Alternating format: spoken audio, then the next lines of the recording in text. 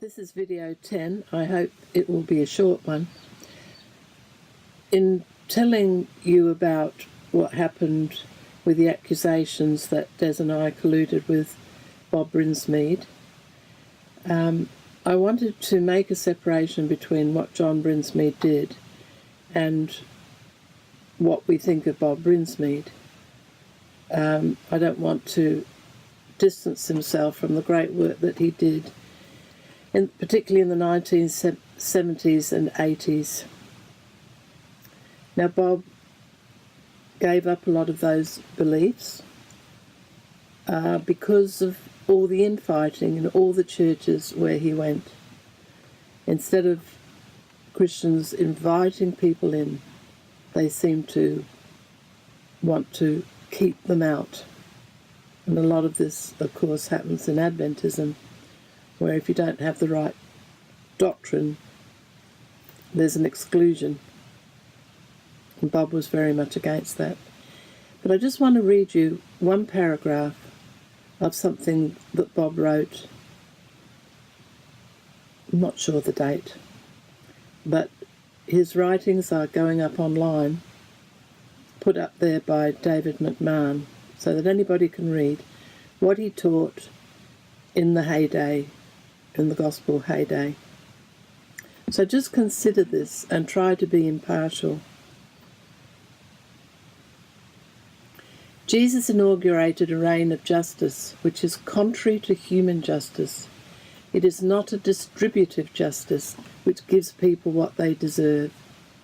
It is a justice in which God's determination and commitment to come to the aid of all who are oppressed is realised. It is a justice which fulfills God's purpose of grace, a justice biased in favour of those who are wretched, deprived, poor and needy. In short, God's justice is love in action. Therefore, it is not justice in tension with mercy, but justice expressed in mercy. It is not justice which is punitive, but justice which brings salvation to those who sit on the dunghill of human misery. It is not justice which augurs doom and gloom, but justice which calls for celebration with singing, feasting and dancing. It is good people who cannot tolerate such justice. They therefore find themselves outside the eschatological party, looking enviously on the good fortune of so many reprobates.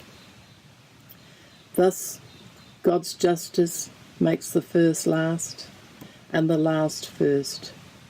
It fills the hungry and sends the satisfied away empty.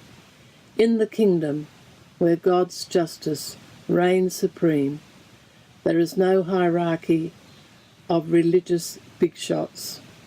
Here the greatest are everybody's lackeys, and everyone works without thought of reward, because in the king's welcome and approval they have already rejected the pinnacle of human success. Isn't that great? How can you criticise it?